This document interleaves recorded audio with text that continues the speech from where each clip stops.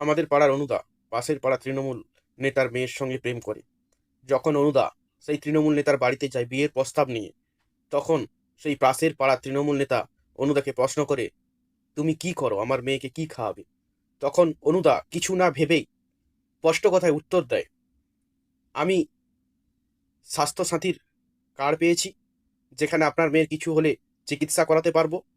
আপনার মেয়ে কন্যাশ্রী পায়, বিয়ের পরে লক্ষ্মীর ভাণ্ডার পাবে, আমার মা বিধবা ভাতা পায়, আর আমি একটি সবুজ সাথী সাইকেল পেয়েছি, যাতে করে আমাদের চলে যাবে।